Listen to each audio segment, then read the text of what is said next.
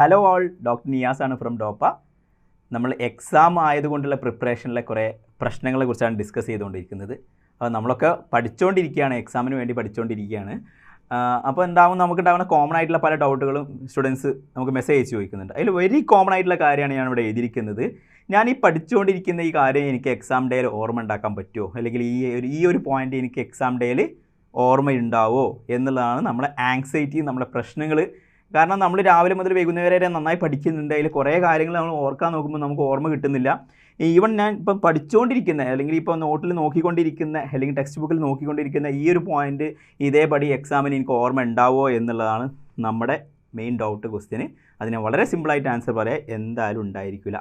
നമുക്ക് അങ്ങനെ ഓർമ്മ ഉണ്ടായിരിക്കില്ല. വളരെ കുറച്ച് പോയിൻ്റ്, വളരെ ചെറിയ പോയിൻ്റുകൾ മാത്രമേ നമുക്ക് എക്സാമിന് അതേപടി ഓർമ്മയുണ്ടാവുള്ളൂ, എക്സാമിന് അതേപോലെ എഴുതാൻ പറ്റുള്ളൂ. അപ്പോൾ നമ്മുടെ ബ്രെയിന് പിന്നെ എങ്ങനെയാണ് ഇത് ഓർത്തെടുക്കുന്നത്, എങ്ങനെയാണ് വർക്ക് ചെയ്യുന്നത്, ഞാൻ ജസ്റ്റ് ഒന്ന് എക്സ്പ്ലെയിൻ ചെയ്ത് നിങ്ങൾക്ക് തരാം. അത് എക്സാം ഡേയിൽ നിങ്ങളുടെ ബ്രെയിന് എങ്ങനെയാണ് ഇതിൻ്റെ ആൻസേഴ്സ് എത്തുന്നത്. നമുക്കറിയാം, നമ്മൾ റിട്ടൺ ആയിട്ടുള്ള എക്സാംസ് എഴുതാൻ പോകുന്ന സമയത്ത് നമ്മളൊരു എസ്സേയോ അല്ലെങ്കിൽ അതിൻ്റെ ഒരു ആൻസർ ചെയ്യുന്നതിൻ്റെ രൂപം ആൾറെഡി പ്രാക്ടീസ് ചെയ്ത് അത് മെമ്മറൈസ് ചെയ്ത് എഴുതാനാണ് പോകുന്നത്. പക്ഷേ ഇവിടുത്തെ എക്സാം MCQ എക്സാമാണ്. നമ്മൾ കമ്പയർ ചെയ്യാൻ പോകുന്ന അതേ മെമ്മറി പവർ ഉപയോഗിച്ച് എഴുതാനാണ്. ആക്ച്വലി നമ്മുടെ ബ്രെയിന് ഈ ഒരു എക്സാമിന് മെമ്മറി പവർ ഉപയോഗിച്ചിട്ടല്ല എഴുതാൻ പോകുന്നത്. ജസ്റ്റ് ലൈക്ക് നമ്മൾ പത്രം വായിക്കുന്നതിനെ കുറിച്ച് ആലോചിക്കുക. നമ്മൾ ഒരു മാസത്തെ പത്രമൊക്കെ വായിച്ച് കഴിഞ്ഞാൽ, അല്ലെങ്കിൽ സ്ഥിരമായിട്ട് പത്രം വായിക്കുന്ന നിങ്ങളുടെ പാരൻസിനോടോ, ചിലപ്പോൾ നിങ്ങൾ വായിക്കുന്നുണ്ടായിരിക്കില്ല, നിങ്ങളുടെ പാരൻസിനോടോ അല്ലെങ്കിൽ നിങ്ങളോട് തന്നെ ചോദിച്ചാൽ മതി. നിങ്ങൾക്ക് കുറേ കാര്യങ്ങൾ അറിയാം. സ്പോർട്സിലൊക്കെ പേജ് സ്ഥിരം വായിക്കുന്ന ആളുകൾക്ക് അന്ന് കോഹ്ലി സ്കോർ ചെയ്തതിൻ്റെ സ്കോർ എത്രയെന്ന് അറിയാം, അല്ലെങ്കിൽ IPL ടീം ഇത്ര വർഷം ജയിച്ചിരിക്കുന്നത് എങ്ങനെയാണെന്ന് അറിയാം. ഇത് ആക്ച്വലി നിങ്ങൾ മെമ്മറൈസ് ചെയ്ത് പഠിച്ചതാണോ? അല്ല, സീക്വൻഷ്യലായിട്ട് നിങ്ങളെ കാര്യങ്ങൾ ബ്രെയിനിൽ ഓർമ്മ വരുന്നതാണ്. നിങ്ങൾക്കറിയാം ഹൈദരാബാദ് ടീമാണോ, അല്ലെങ്കിൽ CSK ആണോ, അല്ലെങ്കിൽ മുംബൈ ടീമാണോ ജയിച്ചിരിക്കുന്നതെന്ന് വെച്ചാൽ നിങ്ങൾക്ക് ഓരോ ഓറിയൻറ്റേഷനാണ്. ഒന്ന് മാപ്പിൽ വഴി ഓറിയൻറ്റേഷൻ ചെയ്യും, അല്ലെങ്കിൽ കഴിഞ്ഞ വർഷം ആരാ ജയിച്ചതെന്ന് അറിയും. അതിന് സംബന്ധമായിട്ട് ബാക്കിയുള്ളതിനെ ഓർമ്മ കണക്റ്റഡ് ആയിട്ടാണ് ഓർമ്മ വെക്കുന്നത്. അപ്പോൾ അതേപോലെ തന്നെയാണ് ഒരു പത്രം വായിച്ച് നമുക്ക് കുറേ കാലത്തെ ഇൻഫർമേഷൻ നമ്മൾ സ്റ്റോർ ചെയ്യുന്നത്. നമ്മൾ മെമ്മറൈസ് ചെയ്യാൻ വേണ്ടിയിട്ടാണോ പത്രം വായിക്കുന്നത്? അല്ല. നമ്മൾ പത്രം വായിക്കുമ്പോൾ അയ്യോ ഈ ഒരു പോയിൻ്റ് എനിക്ക് ഓർമ്മ ഉണ്ടാവോ, അല്ലെങ്കിൽ ഈ ഒരു വായിച്ചിരിക്കുന്ന കാര്യം, പുതിയ പോസ്റ്റ് ചെയ്ത മന്ത്രിയുടെ പേര് എനിക്ക് അറിയോ എന്നുള്ള ബോധമായിട്ടല്ല നമ്മൾ വായിക്കുന്നത്. കണ്ടിന്യൂസ് ആയിട്ട് നമുക്ക് ഇൻഫർമേഷൻ കിട്ടുമ്പോൾ സ്ലോലി ബ്രെയിൻ അവിടെ സ്റ്റോർ ചെയ്യുന്ന with related to some information.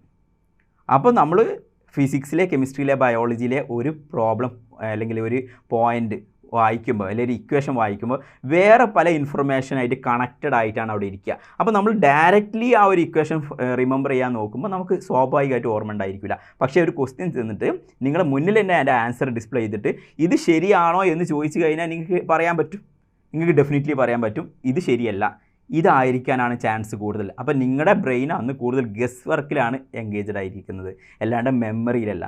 അപ്പോൾ റൂൾ ഔട്ട് ചെയ്തിട്ടാണ് നിങ്ങൾ ആക്ച്വലി നിങ്ങളുടെ ബ്രെയിൻ ആ ദിവസത്തേക്ക് എഴുതാൻ പോകുന്നത്. അപ്പോൾ നിങ്ങൾ വിചാരിച്ചിരിക്കുന്ന പോലെ ഇതെനിക്ക് ഓർത്തെടുക്കാൻ പറ്റുമോ, ഇതിൻ്റെ മെമ്മറിയിലേക്ക് പോവോ എന്നൊന്നും നിങ്ങൾ ബോധമായിട്ട് പേടിക്കേണ്ട ഒരു ആവശ്യമില്ല. അതൊന്നും മെമ്മറിയിലേക്ക് പോവില്ല എന്ന് ധരിച്ച് വെച്ച് കഴിഞ്ഞാൽ നമുക്ക് പകുതി ആശ്വാസമുണ്ട്. നമ്മളെ ആങ്സൈറ്റി മൊത്തം ഇതേ കാര്യങ്ങൾ മെമ്മറൈസ് ചെയ്യാൻ പറ്റുന്നുള്ളതാണ്.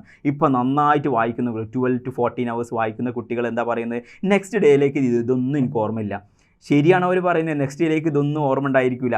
പക്ഷേ നമ്മൾ ആലോചിക്കേണ്ടത്, നമ്മൾ റിട്ടൺ എക്സാം അല്ല എഴുതുന്നത്, MCQ എക്സാം എഴുതുന്നത്, അതിൽ മെമ്മറി അല്ല വർക്ക് ചെയ്യുന്നത്. നമ്മൾ ബ്രെയിൻ റിലേറ്റഡ് ആയിട്ട് ഇത് ശരിയാണോ തെറ്റാണോ, ഇതല്ല ശരി, ഇതാണ് കൂടുതൽ ശരിയാവാൻ ചാൻസ് ഉള്ളത്, ഇതിനൊക്കെ ബേസ് ചെയ്തിട്ടാണ് ആൻസർ ചെയ്യുന്നത്. നമുക്ക് അറിയാം, ഒരു ക്രിക്കറ്റ് ബാറ്റ് നിങ്ങളെ കാണിച്ചിട്ട് ചോദിക്കുകയാണ്, ഈ ക്രിക്കറ്റ് ബാറ്റിൻ്റെ സൈസ് ഇതാണോ? അല്ല, ഇത്ര സൈസില്ല, ഇതിനേക്കാൾ കുറച്ചുകൂടി സൈസ് കുറവാണ്. അല്ലെങ്കിൽ നമുക്ക് വേറെ എന്തെങ്കിലും വാല്യൂ ചോദിച്ചു കഴിഞ്ഞാൽ ഇത്രയൊക്കെ അതിന് പ്രൈസ് വരുമോ, അല്ലെങ്കിൽ ഒരു പ്രൈസ് പറയുകയാണ്, അല്ല അത്ര പ്രൈസ് വരാൻ ചാൻസ് ഇല്ല, ഒരു 100 to 200 ഇടയിൽ വരാനാണ് ചാൻസ്. ഇതേപോലെയുള്ള ഇൻഫർമേഷൻസ് ആണ് ബ്രെയിൻ സ്റ്റോർ ചെയ്യുക. ഇതേപോലെ ഇൻഫർമേഷൻ റിപ്രൊഡ്യൂസ് ചെയ്യാൻ വേണ്ടി ബ്രെയിൻ കൂടുതൽ സമയം എടുക്കില്ല, കൂടുതൽ സ്ട്രെസ് എടുക്കില്ല. പക്ഷേ ഈ 100 to 200 ഇടയുള്ള 132 കറക്റ്റാണ് എന്ന് മെമ്മറൈസ് ചെയ്യണമെങ്കിൽ അത് റിപ്രൊഡ്യൂസ് ചെയ്യാനും മെമ്മറൈസ് ചെയ്യാനും കുറേ അധികം പ്രയാസങ്ങളുണ്ട്. അപ്പോൾ അതൊരിക്കലും നടക്കാൻ പോകുന്ന കാര്യമല്ല. അപ്പോൾ നമ്മളെ ഓപ്ഷനിലുള്ള വാല്യൂസ് എ അല്ല ഡി അല്ല എന്ന് പറയും, ബി ഒ സി ഒ ആണ് നിങ്ങൾക്ക് കൺഫ്യൂഷൻ ഉള്ളത്. അപ്പോൾ ബി ഒ സി ഒ എന്നുള്ളതിൽ കൂടുതൽ ചാൻസ് ഏതാ എന്നുള്ളതാണ് എഴുതാൻ പോകുന്നത്. അതേപോലെ തന്നെ നിങ്ങളിപ്പം വായിക്കുമ്പോഴും നിങ്ങൾക്ക് 80% അറിയുന്ന കാര്യങ്ങൾ അല്ലെങ്കിൽ 90% അറിയുന്ന കാര്യങ്ങൾ നിങ്ങൾ കൂടുതൽ സ്ട്രെസ്സായി വായിക്കണം എന്നില്ല. തീരെ അറിയാത്ത കാര്യങ്ങളും നിങ്ങൾ വായിക്കണം എന്നില്ല. അതിൻ്റെ ഇടയിൽ നിൽക്കുന്ന ഒരു 30-40% കൺഫർമേഷൻ എന്നുള്ള കാര്യങ്ങളൊക്കെ ഒരു 80% എത്തിക്കുക എന്നുള്ളതാണ്. ബാക്കി നിങ്ങൾക്ക് എക്സാം സെൻറ്ററിൽ നിന്ന് ക്വസ്റ്റ്യൻ പേപ്പർ കിട്ടും, ആൻസർ അതിൽ കിട്ടും. ആൻസറിനെ ബേസ് ചെയ്ത് ഓപ്ഷൻസ് വായിച്ച് നോക്കി റൂൾ ഔട്ട് ചെയ്തിട്ടാണ് നിങ്ങൾ എഴുതാൻ പോകുന്നത്. അപ്പോൾ ഞാൻ പറയുന്ന കാര്യം ഞാൻ കൺക്ലൂഡ് ചെയ്യാം. നമ്മുടെ ബ്രെയിൻ ഒരിക്കലും മെമ്മറൈസ് ചെയ്ത് കഴിഞ്ഞ ഞായറാഴ്ച വൈകുന്നേരം 4 മണിക്ക് വീടിൻ്റെ വലതുവശത്തിരുന്ന് അല്ലെങ്കിൽ വീടിൻ്റെ സിറ്റ് ഔട്ടിരുന്ന് ഞാൻ വായിച്ച കെമിസ്ട്രി പോയിൻ്റ് എന്നുള്ള രൂപത്തിലൊന്നല്ല നിങ്ങളെ ബ്രെയിൻ ആലോചിക്കാൻ പോകുന്നത്. നിങ്ങൾ ബ്രെയിനിന് ഒരു വാല്യൂ കിട്ടി അത് ചെയ്യാൻ പോകുന്നു, അല്ലെങ്കിൽ പ്രോബ്ലം ആയിട്ട് ചെയ്യുമ്പോൾ ഒബ്വിയസ്ലി നമുക്കധികം മെമ്മറി ആവശ്യമില്ല, അവിടെ നിങ്ങളെ പ്രാക്ടീസാണ് ആവശ്യം. അതേപോലെ തന്നെ നിങ്ങൾ ഡ്രൈവ് ചെയ്യുമ്പോഴോ അല്ലെങ്കിൽ കുറേ പ്രാക്ടീസ്ഡ് ആയിട്ടുള്ള സ്വിമ്മിങ് നടത്തുമ്പോഴൊക്കെ നിങ്ങളുടെ ബോഡി ബ്രെയിൻ എങ്ങനെയാണോ പ്രതികരിക്കുന്നത് അതേപോലെ ആയിരിക്കും നിങ്ങൾ എക്സാം സെൻറ്ററിൽ വർക്ക് ചെയ്യാൻ പോകുന്നത്.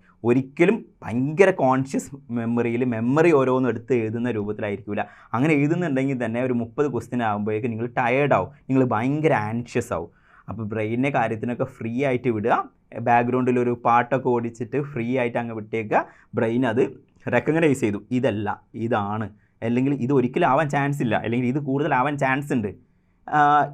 ഈവൺ ദോ നമുക്ക് നന്നായിട്ട് അറിയുന്ന ഒരു ആൻസർ കിട്ടി, അത് സി ആണ്, അപ്പം പോലും നമ്മൾ നോക്കുന്നത് അത് ഡി അല്ലല്ലോ, ബി അല്ലല്ലോ, എ അല്ലല്ലോ ചെക്ക് ചെയ്തതിൻ്റെ ശേഷം മാത്രമാണ് നമ്മൾ സി എഴുതാൻ പോകുന്നത്.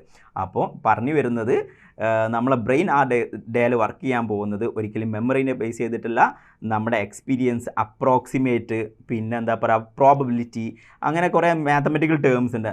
അതിനൊക്കെ ബേസ് ചെയ്ത് ഏകദേശം ഇതായിരിക്കും എന്നുള്ളൊരു കൺക്ലൂഷനിലേക്കാണ് നമ്മൾ എത്തുക.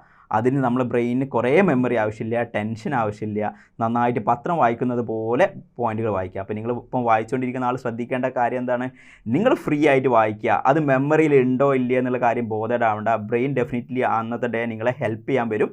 വിത്ത് ഗിവൺ ആൻസേഴ്സ് ഏതാണ് ബെറ്റർ നിങ്ങൾക്ക് പറഞ്ഞു തരും. അപ്പോൾ ഇതേപോലെ പഠന സംബന്ധമായിട്ട് നിങ്ങൾക്ക് വരുന്ന കൺഫ്യൂഷൻസും ഡൗട്ടുകളൊക്കെ എനിക്ക് നേരിട്ട് വാട്സാപ്പിൽ അയക്കാം. അപ്പോൾ ഇന്ന് മുതൽ എക്സാമിന് വേണ്ടി വായിക്കുന്ന നിങ്ങൾ ടെൻസ്ഡ് ആയിട്ട് ആൻഷ്യസ് ആയിട്ട് ഓരോ പോയിന്റേയും കാണൂല, ഓരോ പോയിന്റും കണക്റ്റഡ് ആയിട്ട് ബ്രെയിനിൽ അവിടെ കീപ്പ് ചെയ്യും. അത് എക്സാമിൻ്റെ ദിവസം നിങ്ങളെ റിലേറ്റീവ്ലി ഓപ്ഷൻസും ക്വസ്റ്റ്യനൊക്കെ കണ്ടിട്ട് റിലേറ്റീവ്ലി കമ്പാരിറ്റീവ്ലി ഹെൽപ്പ് ചെയ്യാൻ വരികയാണ് ചെയ്യുക. അപ്പോൾ നെക്സ്റ്റ് വീഡിയോയിൽ കാണുന്നവരെ ബൈ.